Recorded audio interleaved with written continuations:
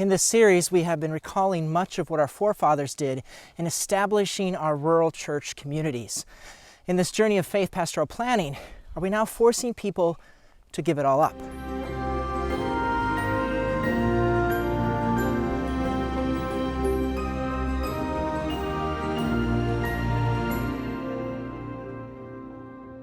This is a common remark that our great-grandfathers built these church communities, and now we have to give it all up. I've even heard some people make the retort that this isn't a journey of faith, but a journey from faith.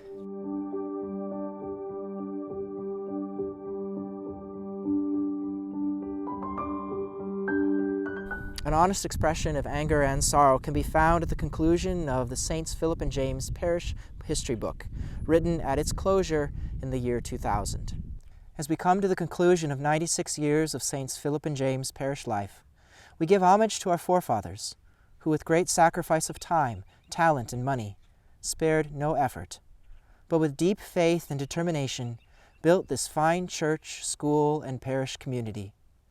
It is with deep sadness that we must now close and abandon all that our forefathers and ourselves have tried so hard to keep in existence.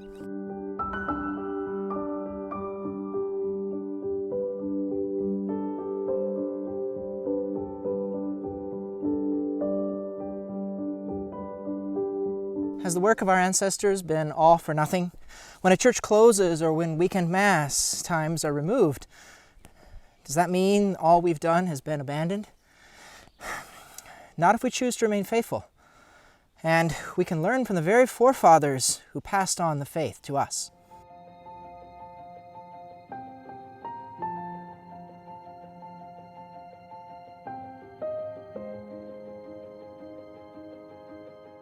Our great-grandfathers left their established homes and churches, the churches their forefathers had built, with little or nothing to find a new life here in Nebraska.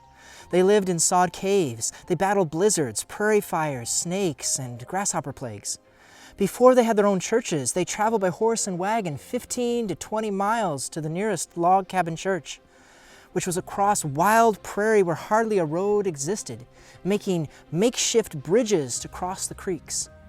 They rose early in the morning before dawn, arrived for Mass by noon, and stayed to share their lunches they brought as a community, finishing with mid-afternoon vespers before making the long journey home to arrive back after dark. This is the faith and determination that built our churches. What would the founding families of our parishes think about our complaints to traveling a few more miles in our heated and air-conditioned vehicles on established roads? The supposed hardship of not having Mass in the location and at the time that we want. They gave up their homes and churches in Germany, Prussia, Bohemia, Poland, and Ireland, but they did not give up their faith. Just because the place where Mass was to be celebrated changed, they gave nothing up of their faith. Indeed, it was only strengthened, and we can choose to do the same.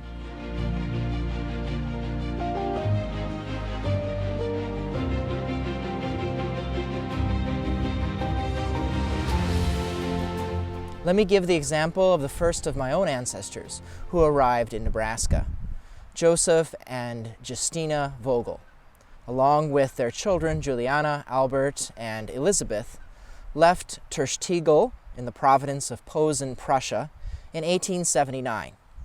Arriving in America, they settled about a mile northwest of Dodge as members of Sacred Heart in Olean in 1880. Why did they make this journey here? Originally belonging to the Polish-Lithuanian state, in 1793, their home of Terschtegel became part of Prussia. In 1871, Prime Minister Otto von Bismarck and his followers came up with a political scheme later called the Kulturkampf, or culture struggle, to unite the German states by forcing a unified culture on all people. It began slowly, but after a series of anti-Catholic legislation, half the bishops, 1,800 priests, and thousands of lay people were either imprisoned or in exile for resisting. For the average Catholic, like Joseph and Justina, this wasn't about politics, it was about religious freedom. The freedom to believe that Jesus had given his authority to the church, the freedom to live day to day as Catholics. Thus, in 1879, they left all they knew: their home, St. Adalbert's Parish, the church of their parents and grandparents, to begin anew in this land. And perhaps you have similar stories from your own family and your ancestors.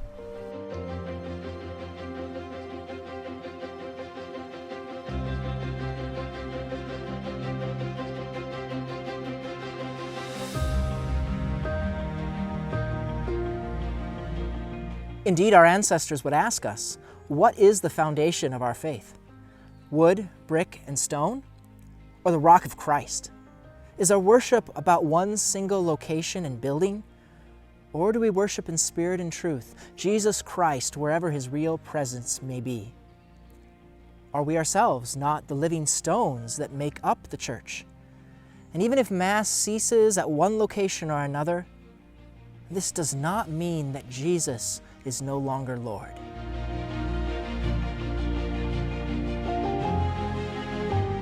As the introduction to the centennial book of St. Peter de Alcantara Church in Ewing says, a church is not a building, it is a people. It was our grandparents and great-grandparents who courageously brought the faith to our beloved Great Plains, who are the establishers of this Christian community. It is we who nurture this prized gift of faith which we possess, and as future ancestors will pass on the traditions of faith to those who follow.